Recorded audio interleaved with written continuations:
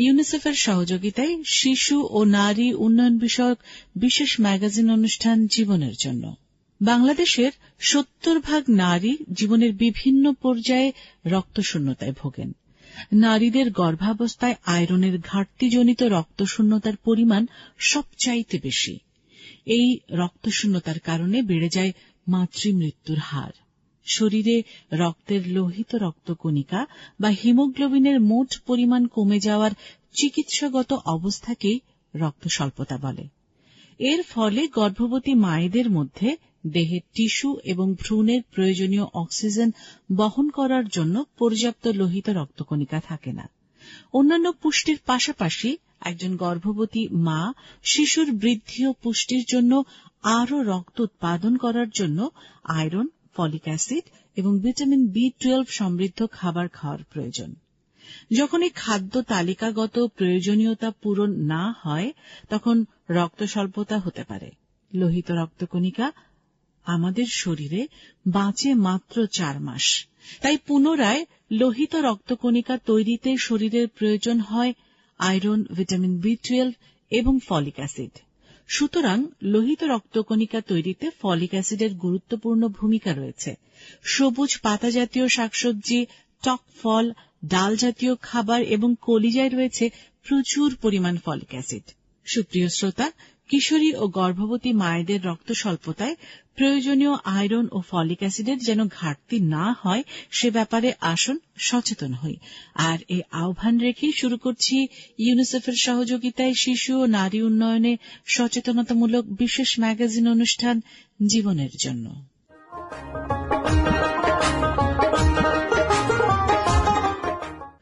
প্রিয় শ্রোতা, জীবনের জন্য ম্যাগাজিন অনুষ্ঠানের আজকের আয়োজনমালায় থাকছে কিশোরী ও গর্ভবতী মায়েদের আয়রন ও ফলিক অ্যাসিডের গুরুত্ব বিষয়ক আলোচনা।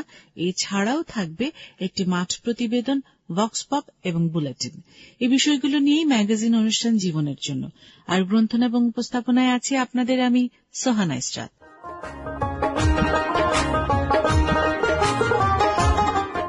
ফলিক অ্যাসিড ডিএনএ গঠন বা সিনথেসাইজেশন, কোষ বিভাজন এবং ডিএনএ মেরামত করতে সহায়তা করে। এটি ক্রমাগত কোষ বিভাজন এবং কোষের বৃদ্ধিতে বিশেষ গুরুত্বপূর্ণ। তাই গর্ভাবস্থায় এবং নবজাতকদের জন্য ফলিক অ্যাসিড অত্যন্ত জরুরি।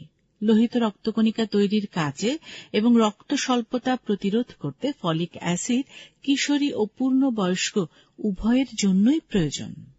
প্রিয় শ্রোতা, শুরুতেই আমন্ত্রণ জানাচ্ছি কিশোরী ও গর্ভবতী মায়েদের আয়রন ও ফলিক অ্যাসিডের গুরুত্ব বিষয়ক আলোচনায়। আর আজকের আলোচনার জন্য স্টুডিওতে উপস্থিত আছেন doctor Tasmiha Chowdhury, medical officer, Cox's Bazar সদর হাসপাতাল থেকে। আসসালামু আলাইকুম। ওয়ালাইকুম আসসালাম। আপু কেমন আছেন? আলহামদুলিল্লাহ ভালো, আপনি কেমন আছেন? আলহামদুলিল্লাহ, অনেকদিন পরে আপনার সাথে আবার কথা বলার সুযোগ তৈরি হলো। আপু, আমাদের আজকের যে অনুষ্ঠান, সেই অনুষ্ঠানের সাথে সংশ্লিষ্টতা রেখে আমি আমাদের যে কিশোরী এবং মায়েরা আছে তাদের উদ্দেশ্যে আপনার কাছ থেকে কিছু তথ্য পরামর্শ জানতে চাইব। প্রথমেই আমি আপনার কাছে যেটা জানতে চাই সেটি হচ্ছে কিশোরী ও গর্ভবতী মায়েদের জন্য আয়রন ও ফলিক অ্যাসিড কতখানি গুরুত্বপূর্ণ? ধন্যবাদ আপনাকে। কিশোরী এবং গর্ভবতী দুই ক্ষেত্রে কিন্তু আয়রন এবং ফলিক অ্যাসিড খুবই গুরুত্বপূর্ণ ভূমিকা রাখে। কারণ কিশোরীদের বয়সন্ধিকালের মাধ্যমে কিন্তু তারা কিশোরীরা একটা পরিপক্ক মা বা তাদের প্রজনন ক্ষমতা শুরু হয়, বা একটা যে আমরা কিশোরী যে একটা একদিন মা হবে তার প্রথম পদার্পণটা শুরু হয়। এই সময় যে আমাদের ঋতুস্রাব হয় বা মাসিক হয় সে সময় কিন্তু আমাদের শরীর থেকে অনেক পরিমাণে লৌহ বা আয়রন যেটা আছে সেটা বের হয়ে যায়। এটা আমাদের যদি ঘাটতি হয় তাহলে বিভিন্ন ধরনের সমস্যা কিন্তু আমাদের কিশোর কাল থেকে শুরু হয়ে থাকে, যেটা চিকিৎসা না নিলে এটা আমাদের ভবিষ্যতে অনেক অনাকাঙ্ক্ষিত সমস্যা জন্ম দিতে পারে। অর্থাৎ কিশোরী বয়স থেকেই আমাদের একটা বিশেষ নজর রাখা উচিত। জি জি জি। সেক্ষেত্রে এটা পুষ্টিকর খাদ্য বলেন বা আয়রন সমৃদ্ধ খাবার বলেন বা ফোলেট জাতীয় খাবার বলেন, সব দিকে কিন্তু আমাদের নজর দিতে হবে। আর গর্ভবতীদের জন্য তো আয়রন এবং ফলিক অ্যাসিড বলতে গেলে এসেনশিয়াল, মানে এর বিকল্প নেই। আয়রন এবং ক্যালসিয়াম এবং ফলিক অ্যাসিড এই তিনটা জিনিসের কিন্তু একটা সুস্থ মা এবং সুস্থ বাচ্চা পেতে হলে এর কিন্তু কোনো বিকল্প নেই। অর্থাৎ এই তিনটি জিনিস অবশ্যই আমাদের পরিবারের তরফ থেকেও নজরে রাখতে হবে, যাতে মা পর্যাপ্ত পরিমাণে ফলিক অ্যাসিড, আয়রন এগুলো পেতে পারেন, তাই তো? জি, অনেক ধন্যবাদ আপু। শরীরে আয়রনের ঘাটতি দেখা দিলে আসলে কি কি ধরনের সমস্যা সৃষ্টি হতে পারে? এখন শরীরে যদি আয়রনের ঘাটতি দেখা যায় তাহলে আমাদের প্রথম প্রথম যেসব উপসর্গ দেখা দেয় এসব থেকে কিন্তু আমরা এটা নিশ্চিত হতে পারি যে তার আয়রনের ঘাটতি আছে। এগুলো যদি আমরা চিকিৎসকের কাছে যাই তারও এগুলোর পাশাপাশি উপসর্গের পাশাপাশি কিছু পরীক্ষা নিরীক্ষার মাধ্যমে আমরা একদম সম্পূর্ণরূপে নিশ্চিত হই। এসব উপসর্গ বা লক্ষণের মধ্যে আছে, প্রথম হলো ক্লান্ত ভাব, অল্পতেই ক্লান্ত হয়ে যায়। ঘরে টুকটাক কাজ করলাম বা একটু পড়াশোনা করতে গেলাম বা স্কুলে গেলাম আসলাম, অল্পতে খুব ক্লান্ত হয়ে যায়। তারপর হলো শর্টনেস অফ ব্রেথ, আমরা যেটা বলি যে ঘন ঘন নিঃশ্বাস নেওয়া বা শ্বাস প্রশ্বাসে কষ্ট হওয়া। একজন সুস্থ সবল মানুষ, অত মোটা সোটাও না, ধরেন তার শরীরের ওজন ভালো, সবকিছু ভালো, তার কোনো শ্বাসকষ্ট নাই, অ্যাসমা নাই, এই একতলা সিঁড়ি হাঁটলো তার শ্বাস বড় হয়ে গেল, সে একটু কাজ করলো তার শ্বাসটা বড় হয়ে গেল, নিঃশ্বাস নিতে অসুবিধা হবে। আর সে স্কিনের কালারটা চেঞ্জ হয়ে যাবে, অনেক সময় স্কিনের কালারটা লাইট কালার হয়ে যায় বা অনেক সময় হালকা হলুদ কালার হয়ে যায়, অনেকে কিন্তু এটাকে ফ্যাকাশে হয়ে যাওয়া বলে থাকে। পাশাপাশি হলো চুল পড়ে যায়, চুল পড়া দেখলে কিন্তু এটা যে আয়রনের একটা ঘাটতির উপসর্গ এটা আমরা বুঝতে পারি। নখ শক্ত হয়ে যায়, নখে যে একটা নমনীয়তা থাকে বা মলিন থাকে এই জিনিসটা চলে যায়, নখ অনেক শক্ত হয়ে যায়, অনেকটা খসখসে হয়ে যায়। আর হলো যে মাথা ব্যথা, কোনো নির্দিষ্ট সময় নেই যে সকালে মাথা ব্যথা করে না দুপুরে করে বা রাতে করে, একটা সবসময় একটা মাথা ব্যথা মাথা ভাবা একটা ভাব থাকে। এসব উপসর্গ থাকলে আসলে কিন্তু আমরা বুঝতে পারি যে এটা একটা আয়রন স্বল্পতার কারণে হয়ে আছে। একটা চমৎকার তথ্য দিয়েছেন, কারণ আমরা মাথা ব্যথাকে মনে করি হয়তো আমাদের চোখের কোনো সমস্যা হচ্ছে অথবা অন্য কোনো গরম পড়েছে, বেশি কাজ করেছে, হ্যাঁ, কিন্তু এটার সাথে যে আমাদের আয়রনের একটা ঘাটতির সম্পর্ক আছে তা আমাদের অনেকেরই, শিক্ষিত বলেন অথবা অর্ধশিক্ষিত বলেন, অনেকেরই আসলে জানা ছিল না। আপনার এই তথ্যটা পেয়ে আমার যে শ্রোতা বন্ধুরা আছে সবাই আসলে অনেক উপকৃত হবেন। আপু, আমরা যে প্রথমেই একটা কথা বলেছি সেটি হচ্ছে ফলিক অ্যাসিড। আসলে আমরা অনেকেই কিন্তু জানি না ফলিক অ্যাসিডটা আসলে কি। জি, ফলিক অ্যাসিড না, আসলে যেটা সেটা হলো ফোলেট। ফোলেট এবং ফলিক অ্যাসিড দুটা ভিন্ন জিনিস। প্রথমে ফোলেট যদি আমি একটা নর্মাল ভাষায় বলি, ফোলেট হচ্ছে যেটা আমরা খাদ্যদ্রব্য থেকে পেয়ে থাকি, আর ফলিক অ্যাসিড হলো যেটা আমরা বিভিন্ন ট্যাবলেট বা ওষুধের মাধ্যমে পেয়ে থাকি। দুটা ভিন্ন জিনিস, এবং দুইটাই কিন্তু হলো ভিটামিন যে বি কমপ্লেক্স আছে তার একটা উপাদান থাকে ভিটামিন B9, এটারই একটি উপাদান হলো ফলেট বা ফলিক অ্যাসিড। ফলিকটা হলো যেটা আমরা খাদ্য মাধ্যমে পেয়ে থাকি, আর ফলিক অ্যাসিডটা যেটা আমরা ট্যাবলেট বা বিভিন্ন ওষুধের মাধ্যমে পেয়ে থাকি। ফোলেট হচ্ছে এক ধরনের ভিটামিন যা সবুজ পাতা শাকসবজিতে থাকে। ভিটামিন বি এর এক ধরনের প্রকার যা সুস্থ লোহিত রক্ত কণিকা সহ নতুন কণিকা গঠনে সহায়তা করে। ফোলেটের অভাব হলে শরীরের টিস্যুতে প্রয়োজনীয় অক্সিজেন ছড়িয়ে দেওয়ার জন্য যথেষ্ট আরবিসি উৎপন্ন হয় না। আর যখন আমাদের বিভিন্ন অভাব দেখা যায় ফোলেটের, তখন যখন আমাদেরকে ডাক্তার এটা প্রেসক্রাইব করে ওষুধের মাধ্যমে আমরা যেটা খাই সেটা হলো ফলিক অ্যাসিড। চমৎকার, অসংখ্য ধন্যবাদ। আপনি অলরেডি অল্প হলেও বলেছেন যে ফলেটটা কোথা থেকে আমরা পেতে পারি। তো আমি আরেকটু জানতে চাচ্ছি কি কি ধরনের খাদ্যে আমরা এই ফলেট এবং ফলিক অ্যাসিড যেটা ওষুধের মাধ্যমে পেয়ে থাকি এটা কিভাবে পাওয়া সম্ভব। ফলেট বা যেটা ফলিক অ্যাসিড আমরা যদি ওষুধ ছাড়া বিভিন্ন খাবারের মাধ্যমে পেয়ে থাকি সেটা হলো আমরা বিভিন্ন গ্রিন লিফি ভেজিটেবল বা সবুজ শাকসবজি, তার মধ্যে অন্যতম হলো পালং শাক। সবুজ শাকসবজি বিশেষ করে পালং শাক। তারপর থাকে বিভিন্ন শস্য, ডাল জাতীয় শস্যে।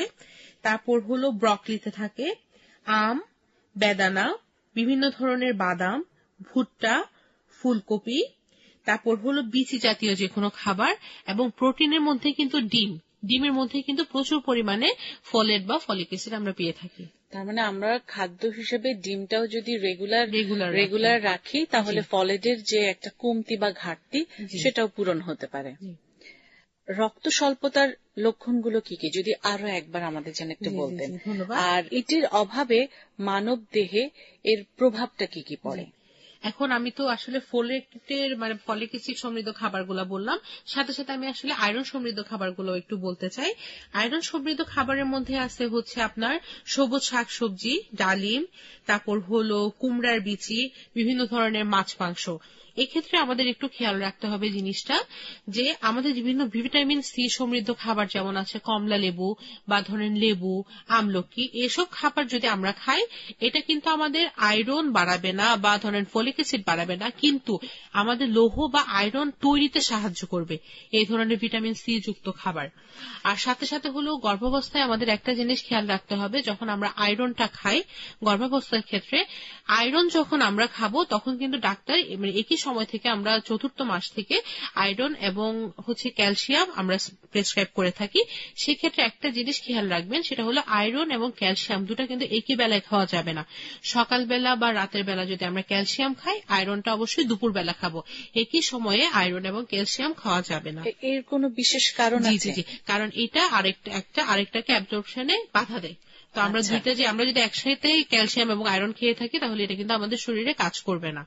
আর আরেকটা কথা হলো ফলিক অ্যাসিডের ব্যাপারে, যেটা আমরা বলবো ফলিক অ্যাসিড একটা বাচ্চার একটা ভ্রূণের গঠনের জন্য খুবই গুরুত্বপূর্ণ। একটা বাচ্চার মস্তিষ্ক, নিউরাল টিউব বা ধরেন স্পাইনাল কর্ড কিন্তু তৈরি হবে এই ফলিক অ্যাসিডের সাহায্যের মাধ্যমে।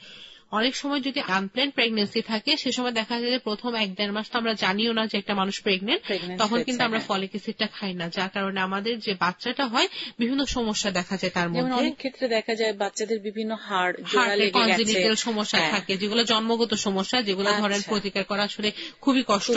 আর পাশাপাশি হলো যে প্রিটার্ম লেবার, যে বাচ্চা সময়ের আগে হয়ে যায়, প্রিমেচিওর বাচ্চা হয়, বা ঠিক সময়ে বাচ্চা হলেও কিন্তু বাচ্চার ওজনটা অনেক কম থাকে। আর পাশাপাশি একটা জিনিস হচ্ছে, আমরা যদি পরিকল্পিত ভাবে একটা বাচ্চা নিই তাহলে ধরেন বাচ্চা নেওয়ার শুরু করার প্রথম 3 মাস থেকে আগে থেকে আমরা ফলিক অ্যাসিডটা রেগুলার খাওয়ার চেষ্টা করব। সেক্ষেত্রে যে আমরা যদি প্রেগনেন্ট হয়েও থাকি, মানে রিপোর্ট আসার আগ পর্যন্ত কিন্তু বাচ্চা তার প্রয়োজনীয় ফলিক অ্যাসিডটা সেই ট্যাবলেটের মাধ্যমে পাবে।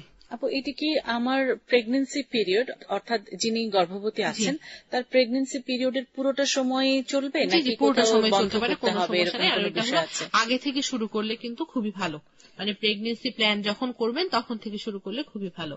আর পাশাপাশি আরেকটা হলো যে আয়রন বা ক্যালসিয়াম যেটা দিয়ে আমরা এটা প্রথম ট্রাইমেস্টার শেষ হলে 2nd ট্রাইমেস্টার মানে 4 মাস সময় থেকে এই জিনিসটা প্রেসক্রাইব করে থাকি এবং ডেলিভারির আগ পর্যন্ত। আচ্ছা, গর্ভবতী নারীকে তো আলাদাভাবে B12 বা এরকম কিছু খেতে হবে না, নাকি এটার সাথেই সে ধারাবাহিকভাবে পেয়ে যাবে? এটা হলো যে প্রথম হলো আমরা ফলিক অ্যাসিডটা প্রথম থেকে, যেদিন থেকে প্রেগন্যান্সি রিপোর্টটা পজিটিভ আসবে সেদিন থেকে আমরা ফলিক অ্যাসিডটা প্রেসক্রাইব করব। আর আয়রন আর যেটা ক্যালসিয়াম আছে যেটা আমরা 4র্থ মাস থেকে শুরু করব এবং শেষ পর্যন্ত এটা খেয়ে যাবে। ধন্যবাদ আপা। আর আপনি আরেকটা কোয়েশ্চেন করেছিলেন যে রক্ত স্বল্পতার উপসর্গগুলা কি আমরা কেমনে বুঝবো? জি, প্রথমে হলো ত্বকে যেটা আমরা বললাম যে একটু ফ্যাকাশে হয়ে যাবে বা একটু লাইট কালার হয়ে যাবে, হলদে। এটা কিন্তু আমরা অনেকেই দেখি কিন্তু অতটা নজরের ভিতরে আনি না, যার কারণে দেখা যায় যে আমি একটা দীর্ঘ সময় ধরে রক্ত স্বল্পতায় ভুগছি, শারীরিক অসুস্থতায় ভুগছি, কিন্তু তার কোনো প্রতিকার হচ্ছে না। পরবর্তীতে গিয়ে যখন কেউ গর্ভবতী হচ্ছে অথবা অন্য কোনো ধরনের উপসর্গ দেখা যাচ্ছে, আমরা আসলে রক্ত স্বল্পতাতে কিন্তু রক্ত স্বল্পতার জন্য আমরা উপসর্গ বুঝে পড়তে না, অন্য কোনো রোগের জন্য আমরা ডাক্তারের কাছে গেলাম, অন্য কোনো সমস্যার জন্য, তখন দেখা যাচ্ছে যে এটা তো অনেক দিন একটা রক্ত স্বল্পতায় চলে এসেছে বিভিন্ন টেস্ট করার মাধ্যমে। এবং এটি যে আসলে আমাদের প্রতিরোধ করা দরকার এবং এর চিকিৎসা নেওয়া দরকার। আর কিন্তু রক্ত স্বল্পতা কিন্তু প্রথমে ভাবে কি রক্ত স্বল্পতা হলে আমাকে এখন ওষুধ খেতে হবে বা ব্লাড দিতে হবে, এটা না। প্রথমে কিন্তু আমরা আমাদের জীবনযাপনের মধ্যে বিভিন্ন পরিবর্তন এনে খাবার দাবারের মাধ্যমে কিন্তু অনেকাংশে আমরা রক্ত স্বল্পতাটা দূর করতে পারি। তারপর যদি না হয় সেক্ষেত্রে ডাক্তার আমাদেরকে বিভিন্ন সাপ্লিমেন্ট দিয়ে থাকে, সাপ্লিমেন্টও কাভার না হলে এরপরে গিয়ে আমরা ধরেন রক্ত দেওয়ার যেটা করে থাকি, এটা অনেক পরে গিয়ে আসলে হয়। যদি ইনিশিয়াল স্টেজে বা ফার্স্ট স্টেজে আপনারা আসেন তাহলে খাবার দাবার মডিফিকেশন এবং ওষুধপত্রের মাধ্যমে কিন্তু এটা সলভ করা সম্ভব। জি, আরো কিছু আপনার উপসর্গ আছে যেগুলো আমি আগে একবার বললাম। ক্লান্ত ও দুর্বল অনুভব করা, মাথা ঘোরানো, অল্প করে নিঃশ্বাস নেওয়া, দ্রুত হৃদস্পন্দন মানে হার্টবিটটা বেড়ে যায়। তারপর হলো মনোযোগ আনতে কিন্তু সমস্যা হয়, যেটা আমাদের বিভিন্ন ক্ষেত্রে হয়ে যায়, এটা কিশোরীদের ক্ষেত্রে হোক বা ধরুন গর্ভবতী মহিলাদের ক্ষেত্রে হোক, কাজে মনোযোগ আসে না, কারণ একটা শরীর ভেতরে ভেতরে দুর্বল, তার বিভিন্ন সমস্যা আছে, তার কাজে তো আসলে মন মানসিকতা বসে না। চমৎকার, অনেক অনেক ধন্যবাদ আপু, আপনি আজকে আমাদের এই অনুষ্ঠানে এসেছেন এবং এটি আমাদের সাথে আলোচনা করে আমাদের যে শ্রোতা বন্ধুরা আছে তারা আমার ধারণা এই আলোচনা থেকে অনেক অনেক বেশি উপকৃত হবে। ধন্যবাদ আপনাকে। ধন্যবাদ আপনাকে।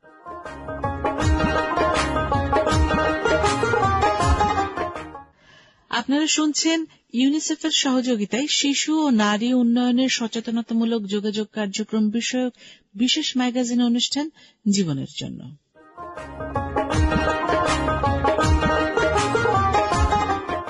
আয়রন রক্তে হিমোগ্লোবিনের সঠিক মাত্রা বজায় রাখতে সহায়তা করে।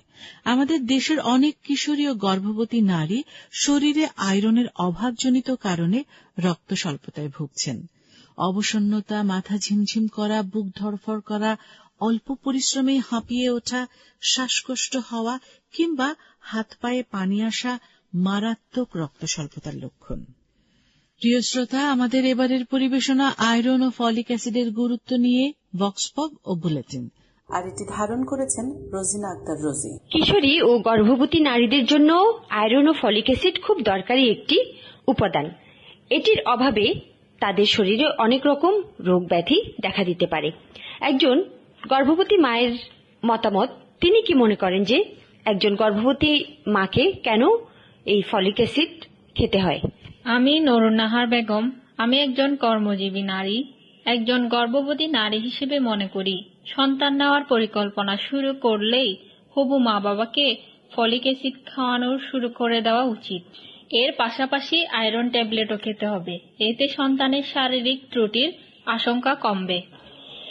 একটি কিশোরী বা একজন গর্ভবতী নারীর আয়রন বা ফলিক অ্যাসিডের যে প্রয়োজন রয়েছে সেটি পূরণ করা তার নিজের যেমন দায়িত্ব, তেমনি পরিবারের যিনি পুরুষ সদস্য রয়েছেন অর্থাৎ অভিভাবক রয়েছেন তারও কিন্তু এক্ষেত্রে সহযোগিতা করা বা সচেতন করা একটি দায়িত্ব।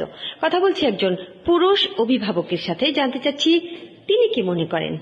আসসালামু আলাইকুম, আমি চকরিয়া থেকে একেএম শামসুদ্দিন মাহমুদ লিটন বলছি। একজন অভিভাবক হিসেবে বলছি পরিবারের গর্ভবতী মাদের জন্য আয়রন এবং ফলিক অ্যাসিড খাওয়ানো উচিত, বিশেষ করে কিশোরীদের জন্য। কারণ কিশোরীরা এই বয়সে বড় হয়, তাদের শারীরিক মানসিক বৃদ্ধির জন্য এই সময়ে আয়রন এবং ফলিক অ্যাসিড খাওয়ানো দরকার। আপনারা শুনছেন ইউনিসেফের সহযোগিতায় শিশু ও নারী উন্নয়নের সচেতনতামূলক কার্যক্রম বিষয়ক বিশেষ ম্যাগাজিন অনুষ্ঠান জীবনের জন্য।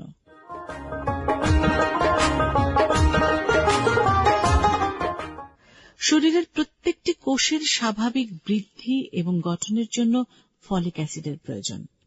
এটি লোহিত রক্তকণিকা তৈরি করে, যা শরীরের প্রত্যেকটি অঙ্গে অক্সিজেন পরিবহনে সাহায্য করে। কিশোরী ও গর্ভবতী মায়ের শরীরে স্বাভাবিক রক্তকণিকা তৈরি এবং রক্ত স্বল্পতা রোধে নিয়মিতই ফলিক অ্যাসিড গ্রহণ করা উচিত। কোষ বিভাজন এবং কোষের বৃদ্ধিতে ফলিক অ্যাসিড অত্যন্ত গুরুত্বপূর্ণ। প্রিয় শ্রোতা, এবার একটি মাঠ প্রতিবেদন, আর এটি ধারণ করেছেন ফাহমিদা রাহাত। কিশোরী ও মায়ের সুস্বাস্থ্যের জন্য পরিমিত পুষ্টি অত্যন্ত গুরুত্বপূর্ণ, যার উপর নির্ভর করে ভ্রূণ ও শিশুর বেঁচে থাকা, শারীরিক বৃদ্ধি ও মানসিক বিকাশ। প্রজনন সক্ষম 15 থেকে 49 বছর বয়সী নারী ও কিশোরীদের পুষ্টির চাহিদা বেশি। গর্ভধারণকাল থেকে শুরু করে শিশুর 2 বছর বয়স পর্যন্ত মাতৃপুষ্টির গুরুত্ব বেশি।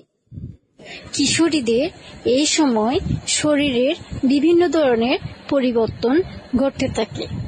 এই পরিবর্তনকে সুষ্ঠুভাবে হতে দেওয়ার জন্য খাওয়া দাওয়ার গুরুত্ব অপরিসীম। এই বিষয়ে আজকে কথা বলবো স্থানীয় কয়েকজন মানুষের সাথে। এখন কথা বলবো একজন কিশোরীর সাথে। তোমার নাম কি? আমার নাম তাসফিয়া। আচ্ছা, তোমার বয়স কত? আমার বয়স 11। আচ্ছা, তুমি কি কি খাবার খেয়ে থাকো? আমি ডিম, মাংস, মাছ, কলমি শাক, লাল শাক, স্যুপ, চুটকি, আপেল, কমলা, কাঁঠাল, মজার মজার খাবার এগুলি খাই। আচ্ছা, এসব কেন খাও? জানো কেন খেতে হয়? এসব খাবার খাই যাতে আমরা পুষ্টি পাই, শক্তি পাই, শরীর গঠন ভালোভাবে হয়, দুর্বল না হয়, এই জন্য এসব খাই। এখন কথা বলবো একজন অভিভাবক মায়ের সাথে। আপু, আপনার নাম কি? বেবি আক্তার। আচ্ছা, গর্ভাবস্থায় কেমন খাবার খাওয়া প্রয়োজন? ডিম, দুধ, শাকসবজি এই ধরনের খাবারের প্রয়োজন হয় বেশি, যেহেতু মা ও শিশু ভালো থাকে এজন্য। কিশোরীদের খাবার তালিকা কেমন হওয়া উচিত? একই খাবার খাইতে হবে, ডিম, মুরগির মাংস, দুধ, শাকসবজি এগুলা খেতে হবে আর কি। আচ্ছা, কেন এসব খাবার খাওয়া খুব প্রয়োজন?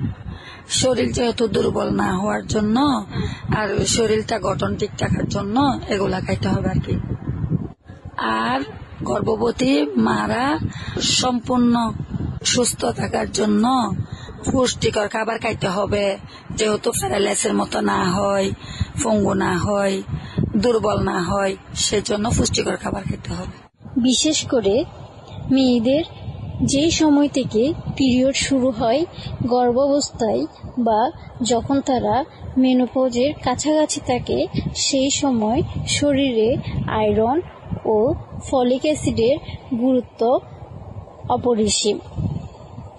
অর্থাৎ এই সময় অবশ্যই আয়রন ও ফলিক অ্যাসিড গ্রহণ করা প্রয়োজন। এখন বিস্তারিত জানাবেন Sadia Himu, senior staff nurse, সদর হাসপাতাল, কক্সবাজার। বিসমিল্লাহির রহমানির রহিম। এই পৃথিবীতে প্রতিটি শিশুর জন্য মা হলো বটবৃক্ষের মতো। মায়ের অপরন্ত স্নেহ, ভালোবাসা শিশুরা নিরাপদ ও নির্ভাবনায় বেড়ে ওঠে। তাই সবার আগে প্রসূতি মায়ের পুষ্টির দিকতে লক্ষ্য রাখতে হবে। সুস্থ স্বাভাবিক সন্তান জন্মদানের প্রধান শর্ত গর্ভবতী মায়ের যথাযথ পরিচর্যা। গর্ভকালীন প্রথম 3 মাস অত্যন্ত ঝুঁকিপূর্ণ। এই সময় প্রসূতি নারীর খাবারের অরুচি, বমি বমি ভাব, অনেক ক্ষেত্রে ওজন কমে যাওয়া ও রক্তশূন্যতা দেখা যায়। তাই পরিবারের সদস্যদের হবু মায়ের সুস্বাস্থ্য এবং সুষম খাদ্য নিশ্চিত করতে হবে। বিশেষ করে 5 মাস থেকে ভ্রূণের যথাযথ বৃদ্ধির জন্য মায়ের খাবারটা হওয়া যায় সুষম, সঙ্গে আমিষ, ক্যালসিয়াম, ভিটামিন, খনিজ পদার্থ এবং পর্যাপ্ত পানি যাতে থাকে। সেই সঙ্গে পর্যাপ্ত ঘুম বা বিশ্রাম নিশ্চিত করতে হবে। যেমন যুক্তরাষ্ট্রের খাদ্য ও পুষ্টি বোর্ড গর্ভবতী মহিলাদের গর্ভের শেষের 2 মাস প্রয়োজনীয় আমিষের চাহিদার সঙ্গে অতিরিক্ত 20 গ্রাম আমিষ গ্রহণের পরামর্শ দিয়েছেন। পাশাপাশি খাবারের যাতে 500 মিলিগ্রাম অতিরিক্ত ক্যালসিয়াম ও 5 মিলিগ্রাম লৌহ থাকে। এছাড়া এই সময় আয়োডিনযুক্ত খাবার যেমন সামুদ্রিক মাছ গর্ভবতী মায়ের খাদ্যে থাকা উচিত।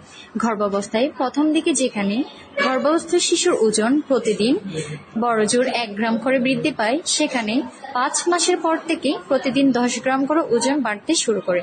শেষ 2 মাস শিশুর মোট ওজনের অর্ধেক বৃদ্ধি পায়। সেজন্য মায়ের পুষ্টির দিকটা বিশেষ করে গুরুত্ব দিতে হবে। সবার জন্য শুভকামনা। ধন্যবাদ সবাইকে।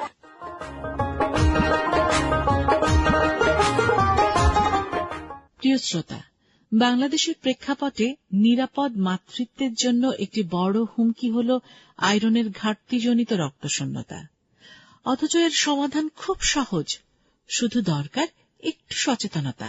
তাই আসুন কিশোরী ও গর্ভবতী মায়েদের রক্ত স্বল্পতা দূর করতে খাদ্য তালিকায় আয়রন ও ফলিক অ্যাসিড সমৃদ্ধ সুষম খাদ্য রাখি।